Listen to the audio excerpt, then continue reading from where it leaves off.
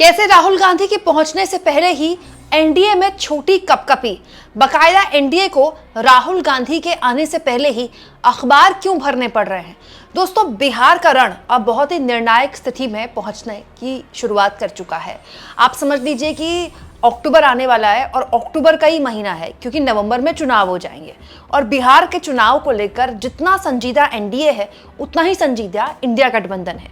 राहुल गांधी ने इस साल की शुरुआत से ही ताबड़तोड़ कई बिहार के दौरों को करके अपनी मंशा बिहार को लेकर स्पष्ट कर दी। लेकिन इस बीच राहुल गांधी के पटना पहुंचने से पहले ही एक ऐसी चीज देखने को मिली है दोस्तों, जो बताती है कि कहीं कुछ तो है जिसकी वजह से राहुल गांधी से एनडीए डरा हुआ है। दोस्तों, आज सीडब्ल्यूसी की मीटिंग है पटना में कांग्रेस दफ्तर में राहुल गांधी, इसके अलावा मल्लिकार्जुन खड़गे पहुंच चुके हैं। तमाम कांग्रेस शासित मुख्यमंत्री यहां पर पहुंचे हुए हैं। सीडब्ल्यूसी के जितने भी सदस्य हैं सब यहां पर पहुंच गए हैं और मीटिंग शुरू हो चुकी है। इस मीटिंग में बहुत सी चीजें हैं जो एजेंडे में हैं, लेकिन ये मीटिंग पटना में रखी इसलिए गई, बिहार में रखी इसलिए गई क्योंकि ये एक संदेश साफ तौर पर न केवल एनडीए को था, बल्कि इंडिया गठबंधन के सहयोगियों के साथ साथ कांग्रेस पार्टी के जो अपने कार्यकर्ता हैं बिहार के अंदर, उनको भी था कि आप जो अपनी कुर्सी की पेटें बांध लीजिए, क्योंकि अब मेहनत करने का वक्त आ गया है। दोस्तों, इस बीच पटना राहुल गांधी पहुंचे ही थे और उनके साथ हुजूम कार्यकर्ताओं का था ही जो उनका स्वागत कर रहा था। अचानक मेरी नजर पड़ी एक ऐसी खबर पर जो आपको देखनी समझनी चाहिए, क्योंकि इसके जरिए पता चलता है कि राहुल गांधी ने आखिर कहां चोट की है, जिसे खोने का सबसे ज्यादा डर दरअसल एनडीए को है। दोस्तों, राहुल गांधी के पटना पहुंचने से पहले ही आज बिहार के बड़े बड़े अखबारों के पहले पन्ने पर कुछ इस तरह से इश्तिहार दिए गए हैं।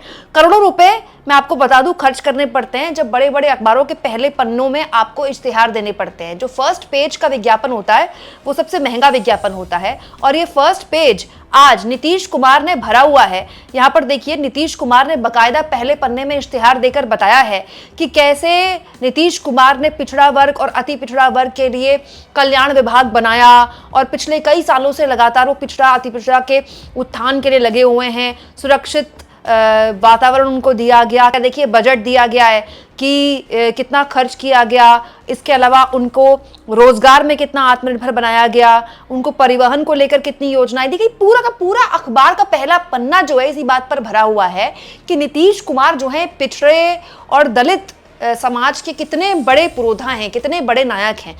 ये बात भी सच है दोस्तों कि नीतीश कुमार ने अपने बिहार में जो गेम चेंजिंग काम किया मुख्यमंत्री रहते हुए, वो ये किया कि उन्होंने बिहार में आप कह लीजिए गैर यादव ओबीसी और बहुत सी दलित जातियों में अपना बहुत गहरा प्रभाव छोड़ा है।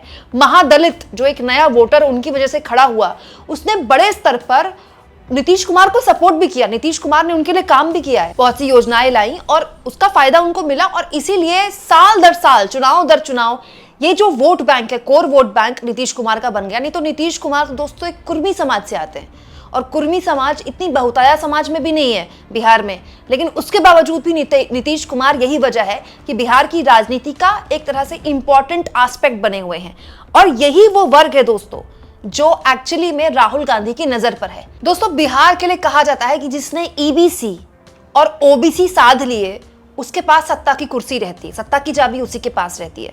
अब दोस्तों, राज्य में करीब 36% आबादी जो है वो ईबीसी की है और करीब 27% आबादी जो है वो ओबीसी की है। तो आप कह सकते हैं कि इसी पर नजर गड़ाए रखने के लिए नीतीश कुमार ने बताया इश्तिहार के जरिए कि देखिए, हमने 20 साल से आपके लिए कितना काम किया है। और बिहार में राहुल गांधी भी लगातार इस साल की शुरुआत से जब आ रहे हैं, अलग अलग संविधान बचाओ कार्यक्रम के लिए, वोटर अधिकार यात्रा के लिए, वोट चोर अभियान जो उन्होंने चलाया है, उसमें भी बार बार वो ये बता रहे हैं कि ये नाम इसलिए नहीं काट रहे हैं कि इनको जीतना है, ये तो है ही, ये नाम इसलिए आपके काट रहे हैं क्योंकि ये पिछड़े और दलित समाज को उनसे वोट छीनना चाहते हैं। राहुल गांधी अपनी पूरी यात्रा में यही बता रहे थे।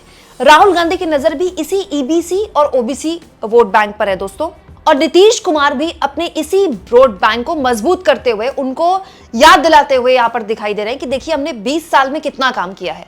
और ये कह देना कि राहुल गांधी के कह देने से कोई वोट बैंक उनके साथ क्यों जुड़ेगा, ये अब आप इसको ऐसे दरकिनार नहीं कर सकते, क्योंकि ऐसा ही मजाक दोस्तों राहुल गांधी का लोकसभा चुनाव में उड़ाया गया था, जब राहुल और अखिलेश यादव हाथ में संविधान की किताब लेकर यूपी में गली गली घूम रहे थे। तब भी लोगों ने कहा था कि संविधान का मुद्दा क्यों चलेगा, इतने गरीब लोग हैं इस देश में, उनको क्या पता संविधान खतरे में है, इतना टेक्निकल मामला है।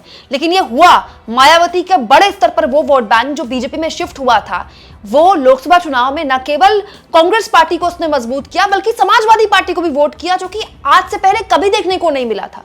तो ये जो पिछड़ा दलित समाज है, जो उत्तर प्रदेश और बिहार में सत्ता की चाबी जिसके पास रहती है, अब उस पर नजर गाड़ ली है राहुल गांधी ने। और दिलचस्प देखिए दोस्तों कि आज राहुल गांधी अगर आ रहे हैं पटना और सीडब्ल्यूसी की मीटिंग में वो शामिल होने के लिए आ भी चुके हैं, तो आज ही का दिन चुना गया नीतीश कुमार द्वारा पहले पन्ने में इश्तिहार देने के लिए कि देखिए 20 साल से हमने कितना काम किया है। दोस्तों ये तो कम से कम बताता ही है कि राहुल गांधी की मौजूदगी बिहार में कम से कम एनडीए को परेशान कर रही है। हालांकि केवल संविधान बचाओ कार्यक्रम और किसी यात्रा के जरिए आप इस वोट बैंक को नहीं साध सकते। देखिए दोस्तों, बिहार का इस बार का चुनाव टोटल जो है वो टिकट बंटवारे पर और सीट शेयरिंग पर है। सीट शेयरिंग के फॉर्मूले पर लगातार बातचीत हो रही है। कांग्रेस पार्टी ने जितनी भी सीटें चिन्हित की हैं अपने लिए, 70 से ऊपर सीटें मांगी है कांग्रेस पार्टी ने आरजेडी से, उसकी लिस्ट आरजेडी को दे दी गई है। अब जो असली खेल है वो होना है टिकट बंटवारे पर। अगर टिकट गलत बांटे गए तो बिहार में आप जीत नहीं पाइएगा। टिकट अगर जिताऊ कैंडिडेट को दिए गए बिना ये देखे कि ये इस पार्टी से है या उस पार्टी से है, तो ही आप सत्ता की चाबी अपने पास रख सकते हैं। और ये करो या मरो वाला चुनाव है दोस्तों तेजस्वी यादव के लिए, क्योंकि लंबे वक्त तक जब आप विपक्ष में रहते हैं तो फिर आपकी पार्टी के लिए मतलब वो मजबूती बनाए रखना बहुत मुश्किल होता है। इसीलिए दोस्तों, ये जो बिरादरी है दलित पिछड़ी जाति, इस पर राहुल गांधी की इसलिए नजर है क्योंकि अगर इस जो बहुत बड़ा वोट चंक है इसमें से थोड़ा भी कांग्रेस पार्टी के पास आ गया तो कांग्रेस पार्टी के वारे न्यारे हो जाएंगे बिहार में। आप ये समझ लीजिए कि कांग्रेस पार्टी एक बहुत बड़ी सफलता हासिल कर लेगी। अब बड़ी बात यह है दोस्तों कि एसआईआर का मुद्दा तो जमीन पर है, इसमें कोई दो राय नहीं कि एसआईआर का मुद्दा बना है।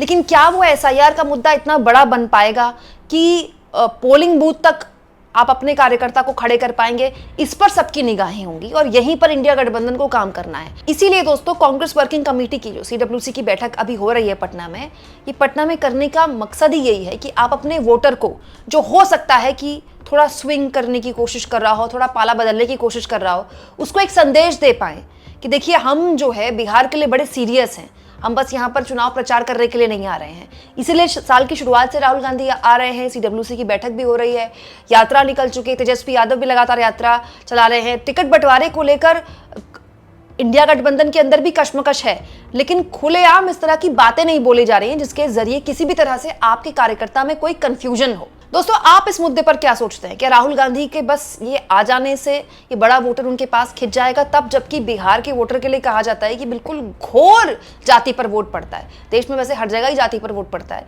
लेकिन बिहार में तो सेट पैटर्न है, उस पैटर्न के तहत ही वोट पड़ता है। लेकिन हमने बिहार के चुनाव में ये भी देखा है दोस्तों कि जब लहर है, चाहे बिहार में हो चाहे यूपी में हो, जब लहर चलती है तो सारे ग्रामर जो होते हैं पूर्व के वो ध्वस्त हो जाते हैं। आपको क्या लगता है दोस्तों? कमेंट बॉक्स में जरूर लिखें और जितना हो सके चैनल को शेयर करें, सब्सक्राइब करें और थैंक्स और ज्वाइन के ऑप्शन से अगर आप चाहें दोस्तों तो आर्थिक तौर पर भी चैनल के हाथ मजबूत कर सकते हैं। इसके अलावा अगर आप चाहें दोस्तों तो मेरी इन वीडियोस को, जो भी वीडियो आपको पसंद आए, अपने सोशल मीडिया हैंडल में भी जरूर शेयर करा करें, अपने फेसबुक में, अपने इंस्टाग्राम में, अपने व्हाट्सएप में। इसके जरिए आप मेरी आज़ाद पत्रकारिता को अपने स्तर पर भी प्रमोट कर सकते हैं।